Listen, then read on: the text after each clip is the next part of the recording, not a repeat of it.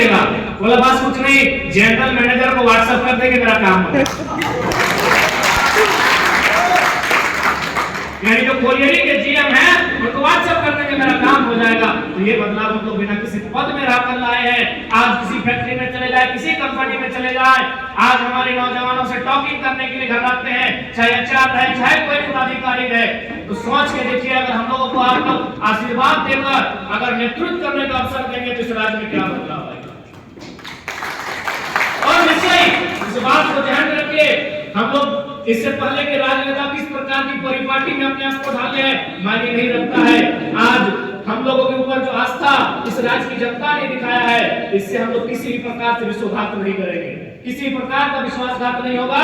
कि अगर हमें एमपी का चुनाव लड़ना, तो आप लोग भी जानते हैं अभी भारत देश में दो ही पार्टियां हैं जो एमपी के चुनाव में दमदार रहेंगी, इंडिया गठबंधन है, एनडीए गठबंधन है।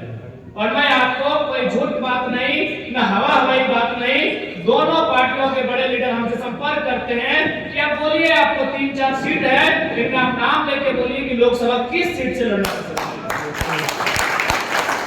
इन 2 वर्षों में हम लोगों ने अपनी काबिलियत कितना बनाया है। और एक बात बताइए, 29 साल का लड़का कौन नहीं चाहेगा यार कि एनडीए चाहे इंडिया से उठकर दिल्ली पहुंच जाए। लेकिन क्या होगा, हम तो एमपी बन जाएंगे, लेकिन आज जो झारखंड की जनता जो उम्मीद से देख रही है कि कोई आएगा उस विधानसभा के भीतर, कोई जाएगा उस राजधानी के भीतर, कोई जाएगा देश की राजधानी में जो हमारी बातों को रखेगा। आप भी जानते हैं, चाहे एनडीए गठबंधन हो, चाहे इंडिया गठबंधन हो, जो एमपी एमएलए क्यों न रहे, वो कहीं ना कहीं दिल्ली से संचालित होता है। और दिल्ली से संचालित होने वाला नेतृत्व हमें नहीं चाहिए। दिल्ली को पारसनाथ के पहाड़ में बैठाए, हमें ऐसा नेतृत्व। आज यही कुछ दिन पहले हम गिरिडीह लोकसभा के अंतर्गत पेट्रोल क्षेत्र गए थे, वहां 3 सड़क बन के आया है।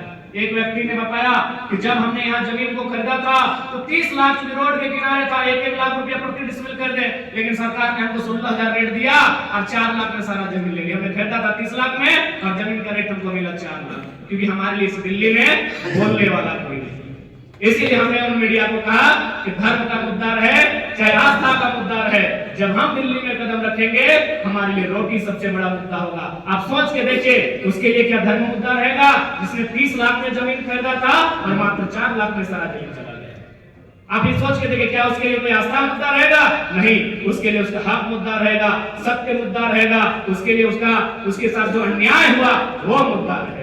और आज इस बात को आपको मानना होगा, हम लोग एक साधारण सा छात्र, ना कल तक हमें कोई जानता था, ना कल तक हमें कोई पहचानता था, लेकिन आज राज्य के नेतृत्व हमें देख रही है, तो कहीं ना कहीं हमें नियति चुनकर लाई है, हमें वो बुद्ध विधाता चुनकर लाया है। अभी आपको तय करना है कि आप हमारा साथ किस प्रकार से देते हैं।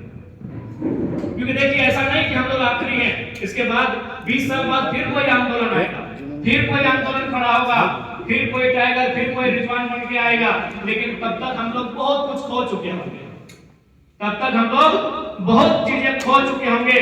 क्या पता हमारे जल, जमीन, जंगल, हमारे खेत खलिहान कहां तक खो चुके होंगे, इसका कोई अनुमान नहीं है। इसलिए मैं ये नहीं कह रहा हूं कि हम लोग आखिर इसके, लेकिन हाँ, आंदोलन में एक पीरियड होता है।